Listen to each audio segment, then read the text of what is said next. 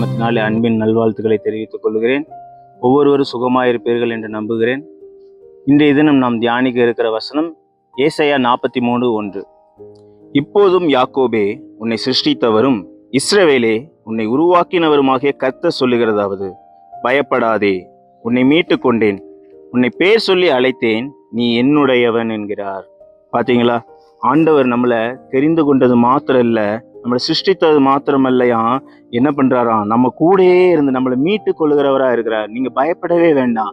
நீங்க இன்னைக்கு என்ன பயத்துல இருக்கீங்க? ஒருவேளை வேலை இல்லை, வருமானம் இல்லை, எனக்கு அடுத்த வேலை என்ன நடக்க போகுதுன்னு எனக்கு தெரியல, சத்துருவினால கலக்கம், இப்போ நிந்திக்கிறவர்களால கலக்கம் இருக்கலாம். ஆனாலும் ஆண்டவர் உங்களை பார்த்து சொல்லுகிறார், பயப்படாதீங்க, உங்களை அழைச்சு அறிஞ்சிருக்கிறாராம். பாத்தீங்களா, உங்களை மீட்டு கொண்டார், உங்களை பேர் சொல்லி அழைத்திருக்காராம். பேர் சொல்லி, உங்க பேர் என்னவோ, என் பேர் ஜெபசில்வான்ற மாதிரி உங்களையும் பேர் சொல்லி அழைச்சு அறிந்திருக்கிறாராம்.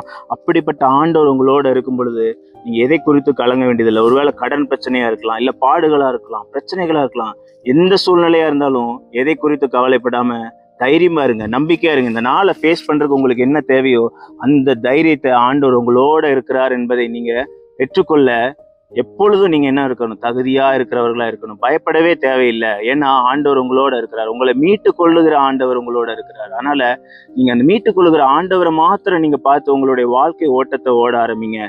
நிச்சயமா உங்களை ஆண்டவர் என்ன பண்ணுவார், மீட்டு கொள்வார். எந்த பிரச்சனையா இருந்தாலும் உங்களை மீட்டு உங்களை விடுவிக்கிறவரா இருக்கிறார். ஜெபிக்கலாமா?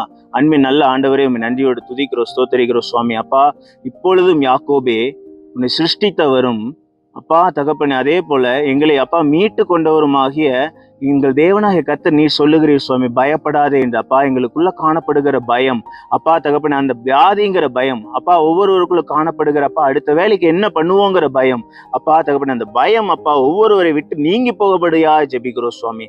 அப்பா தகப்பனே, பயம் அப்பா தகப்பனே எல்லாரையும் விட்டு எடுத்து போடுங்க. தேவனாகிய கர்த்தர் அப்பா நீர் உடன் இருக்கிறீர், எல்லா சூழ்நிலையிலும் உடன் வருகிறீர் என்பதை அப்பா தகப்பனே அப்பா உணர்ந்து கொள்ளும்படி செய்யுங்க சுவாமி. எங்களுக்குள்ள ஒரு உணர்வுள்ள ஆவியை தாங்க, எங்களோட பேசுங்க, எங்களை வழி நடத்துங்கப்பா.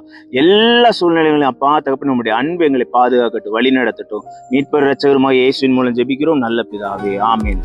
God bless you.